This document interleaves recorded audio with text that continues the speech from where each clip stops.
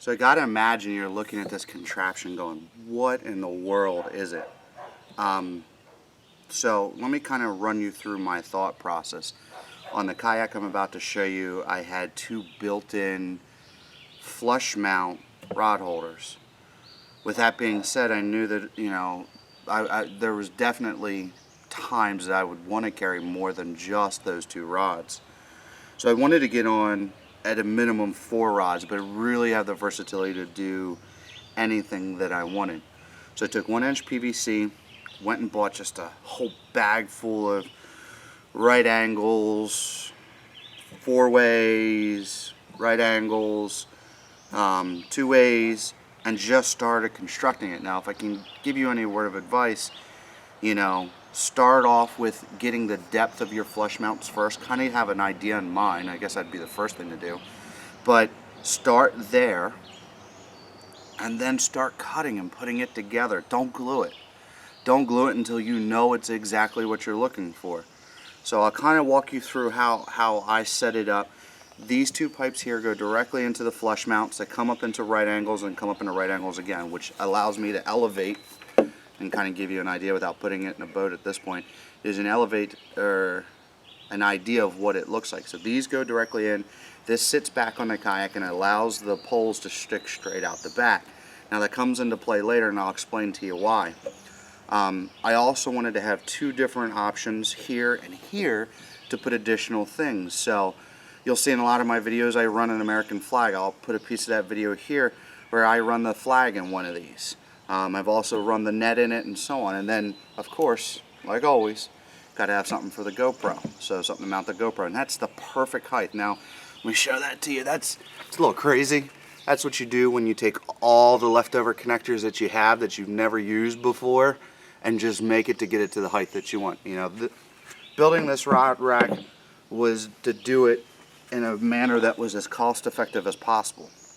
Once I got the rod rack put together, so like I said, these are roughly 6-inch PVC, right angle, I think these are 10s, split in half to 5 with this T right here.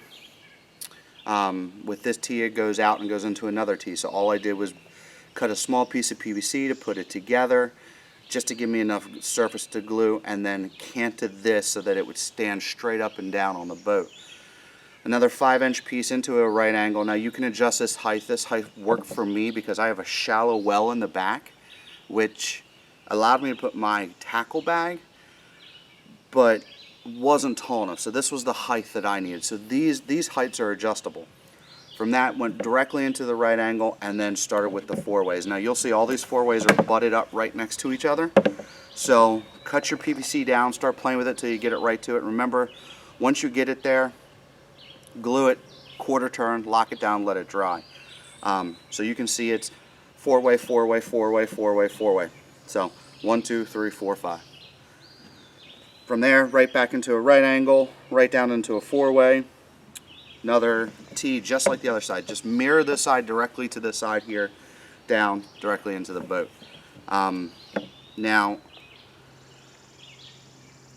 there are some things I would probably change about this. I might take out this 5th one here.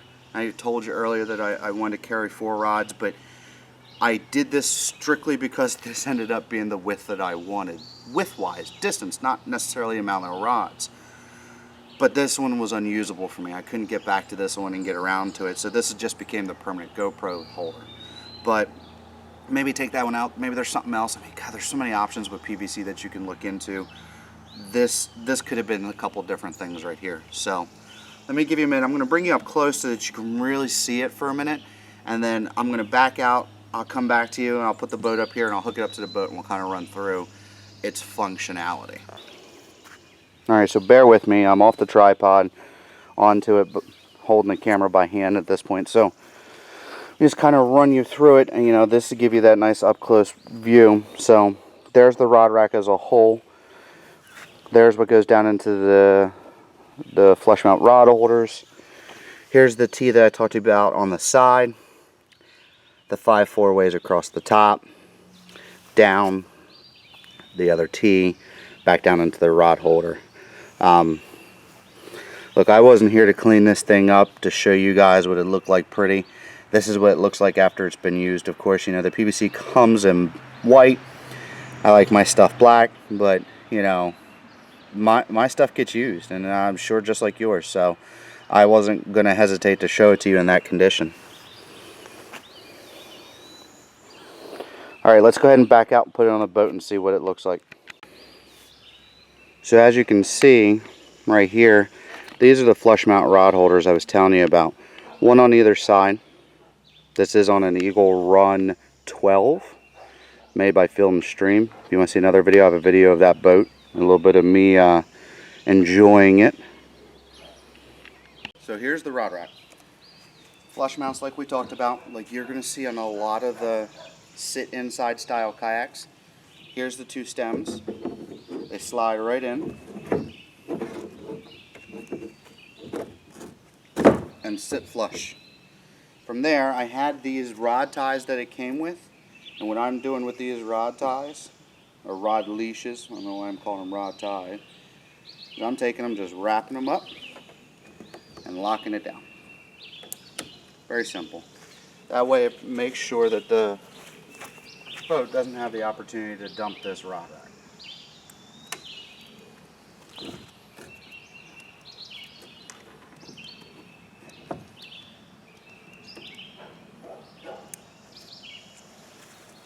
So here it is. I'm going to grab this camera just so I can bring you guys up nice and close and let you see it. Now you're probably looking at this thing like, what are you doing here? But this gives you an example of how it sits right on the boat. So these right angles lay right on the boat, and that was something that I played with for a while to get to sit that way. Now you can see, you know, it lined up perfect. It actually it matches the width of the boat. It's hard to tell inside of the video here, but it matches it perfect. There's the GoPro mount, and here's the other side.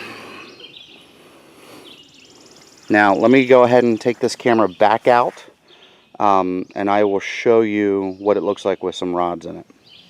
Alright, so let me show you exactly how the whole thing works. So when I get to the ramp, obviously this rack would come right off. Get to the ramp and I would start loading up the boat. So very simple. I mean, I think it's self-explanatory. Now that rod would have sat in deeper because I would have backed these baits out, but here you go.